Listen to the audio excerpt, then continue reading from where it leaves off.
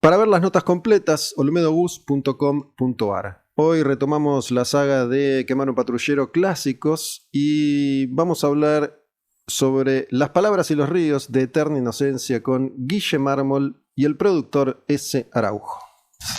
Quemar un patrullero. La música como acto revolucionario. Bueno, aquí nos saludamos nuevamente. Guille, ¿cómo va? ¿Cómo estás, Gustavo? ¿Todo bien? Guille estuvo el año pasado en Quemar un patrullero y ese viene por primera vez, ese. Bienvenido. Bueno, gracias por la invitación. Se tocó durante todo 2024 en prácticamente toda la Argentina. Sin embargo, este es un disco clásico de Eterna. Exacto, sí, sí. Sí, un disco bisagra por múltiples aspectos, me parece. Quizá el primero que, a ver, es absolutamente subjetivo porque es mi percepción, pero cosas que puedo captar es que empiezo a encontrar la vuelta a la escritura en castellano.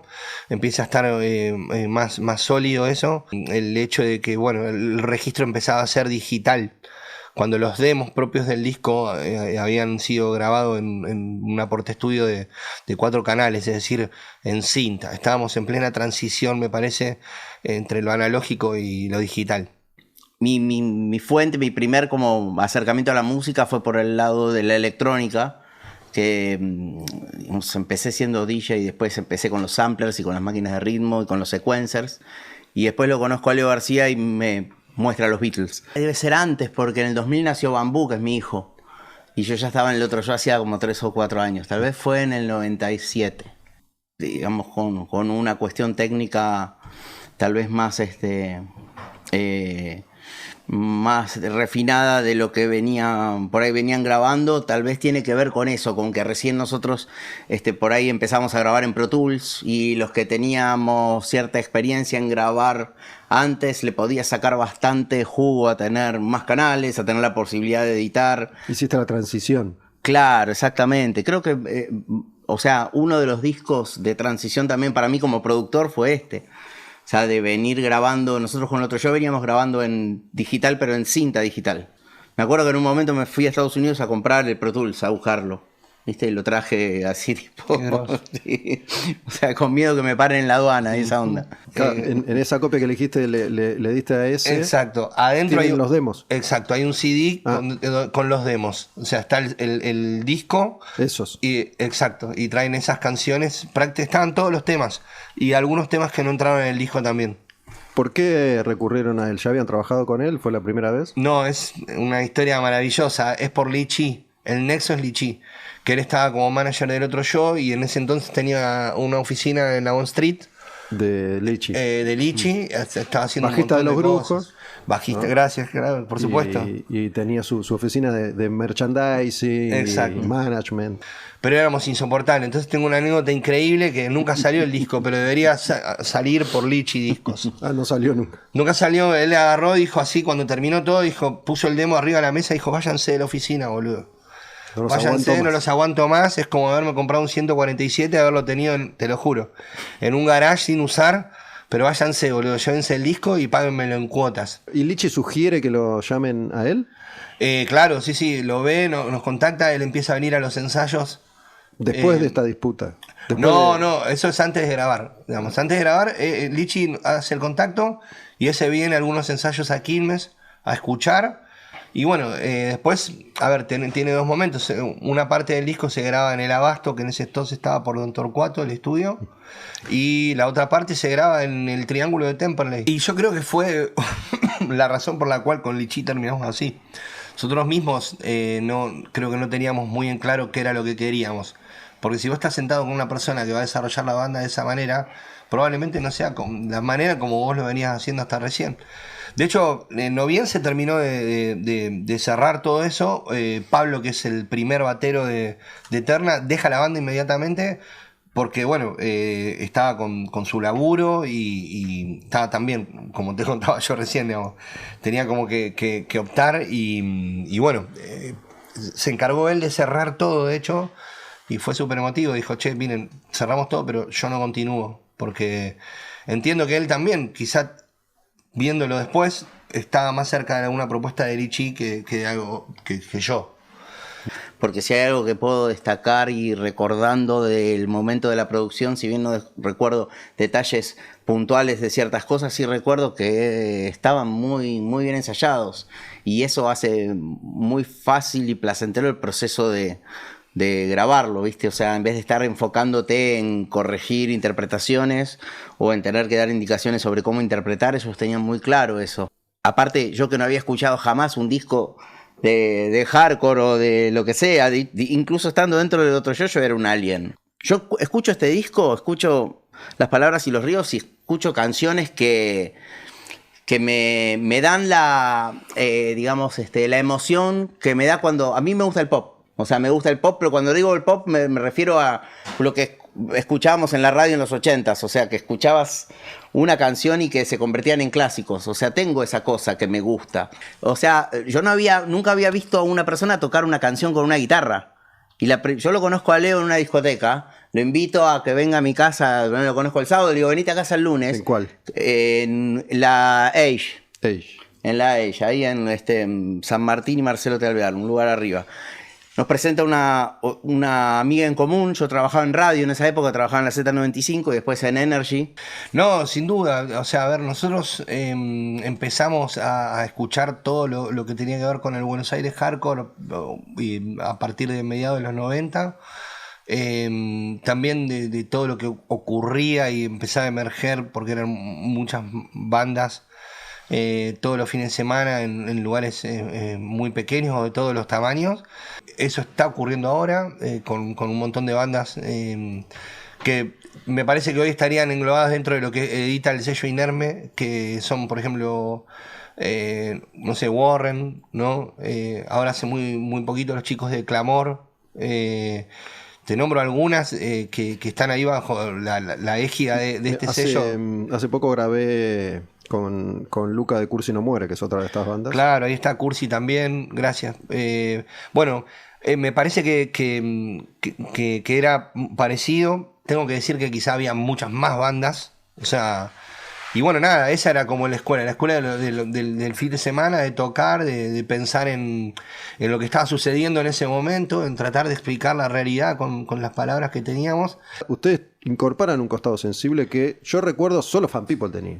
Sí, claro, en realidad eso tiene que ver más con nuestra niñez y con lo que nosotros escuchábamos o con la música que escuchaban nuestros hermanos mayores, que venían más de la década del 80, y en mi casa de manera muy temprana, se escuchaba, no sé, Joy Division seguro, que era como una misa, digamos. Eso era New Order, por supuesto The Cure, no sé, mucha música británica, pero no rock británico. Zeppelin no, por ejemplo, Pink Floyd tampoco, o sea, cosas que nunca escuché. O sea, Smith seguro. Y bueno, lo que yo veía, la mirada casi del niño, las cagadas a palos con los Skinhead en Belgrano y vuelto a casa en la madrugada, Cemento, que para mí era un mito, y después yo lo empecé como a curtir cuando me habilitó mi propio hermano. O sea, el desprecio, tengo que decirlo, o sea, que había también a veces mucho hacia la música nacional.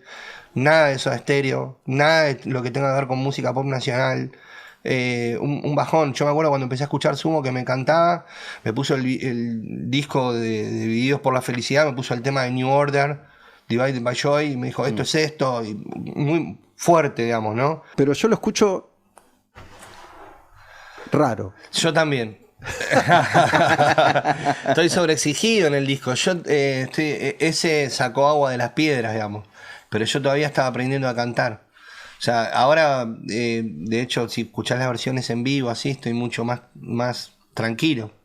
En realidad, no estoy gritando. Creo que acá, en muchas partes, estoy como sobreexigido. Ellos estaban muy bien ensayados, entonces pudimos ir a grabar a un estudio donde dijimos, bueno, microfoneamos todo y grabamos todo lo más. Yo creo que se grabó la batería del bajo, sí, y después grabamos las guitarras, pero digamos, no fue que fuimos pinchando mucho. Se grabó bastante, no sé si cuántos días estuvimos, pero habremos estado 2 o 3 días. 2 o 3 días para grabar un disco entero que está súper bien. Creo que después lo único que grabamos en el estudio ahí en Temperley fueron voces y no sé si alguna guitarra habremos grabado. Sí.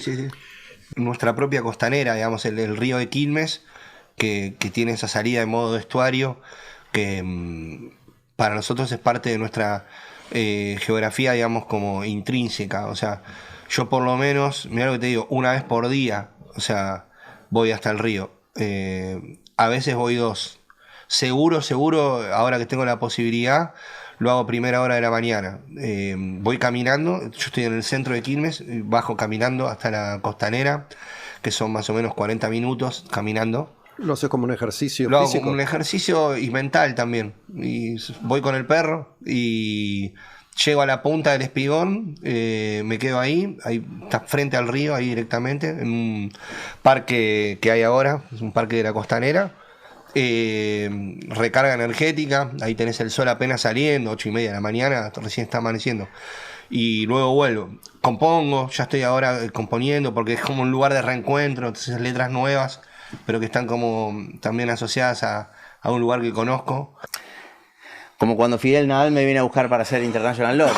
O sea, yo no sabía nada no sabía nada de reggae, claro, ese lo hice yo y el anterior también. O sea, me eligió por descarte en realidad. Porque, o sea, me llamaron a la compañía y Fidel me dice, mirá, me dieron 2 opciones, me dijeron que este disco lo tenía que trabajar con un productor, porque había hecho 14 discos antes, solo, y que no había pasado nada, entonces dijeron, bueno, este disco lo tenés que hacer con un productor. Tenemos 2 opciones, Juanchi Baleirón o Ezequiel Araujo. Y yo no sabía quién era Ezequiel Araujo y lo elegí porque el otro me parece reggae careta. Porque además de estas 2 ediciones hay una más, hay 3 ediciones en realidad. Acá lo vamos a mostrar. Ahí va. Hay 3 ediciones. Yo me acuerdo, yo tenía el CD y era violeta, tenía una remera que ustedes me regalaron que era violeta. Este es azul. Violeta, sí. Este es el color más original. De hecho, el CD creo que... está serigrafiado. Claro, está serigrafiado la parte transparente. Entonces vos sacás claro, es otro arte ahora que veo, y es la foto de él, pero todo lo que está en violeta y todo lo que estaba, las letras y todo eso estaba serigrafiado en la tapa. Era serigrafiado en la tapa. Sí. O sea, la uno misma, por uno. Eso salió en 2004, pero Eterna siempre, por ejemplo, en el 99 sacó un disco llamado Recycle y las tapas estaban hechas con todo cartón reciclado. Pues uno por uno tuvieron que hacer. Claro, sí. Eso era todas las ideas de diseño eran de la misma persona que me sugirió qué música escuchar cuando era chico. Tu hermano. Mi hermano hace el diseño de todo. Es alguien, son muchos aliens, ¿no? Que pasan su vida dedicándose a fijarse si vos, porque no ellos, si vos respetás todos esos supuestos dogmas escritos o no escritos, destruyéndolo todo a su paso. Digo, y hoy tiene mucho poder esa figura anónima, intrascendente y miserable, porque puede expresarse en todas partes escribiendo cosas, por ejemplo en redes sociales. Por ejemplo en redes sociales, nosotros hubo un momento que no puedo identificar bien, pero como de corte con eso que fue como liberador, que empezar a poner las cosas como en su lugar y a no subirle el precio, digamos, a ciertas cosas, digamos, para hacer. Y a partir de eso vivimos mucho más tranquilos. Este disco que tiene 20 años, ¿no? Fue generando un camino para que Eterna Inocencia hoy todavía sea una marca y para que en aquel momento pudieran dejar su huella, y lo mismo ese que en aquel entonces estabas en el otro yo y ahora estamos acá. Así que gracias a los dos por haber venido, celebramos este disco, este clásico, esta época. Gracias nuevamente. Gracias, Gustavo, muchas gracias. Gracias, Gracias, ese también. Guille Mármol de Eterna, ese Araujo, productor de este disco que hoy estuvimos festejando. Quemar un patrullero. La música como acto revolucionario.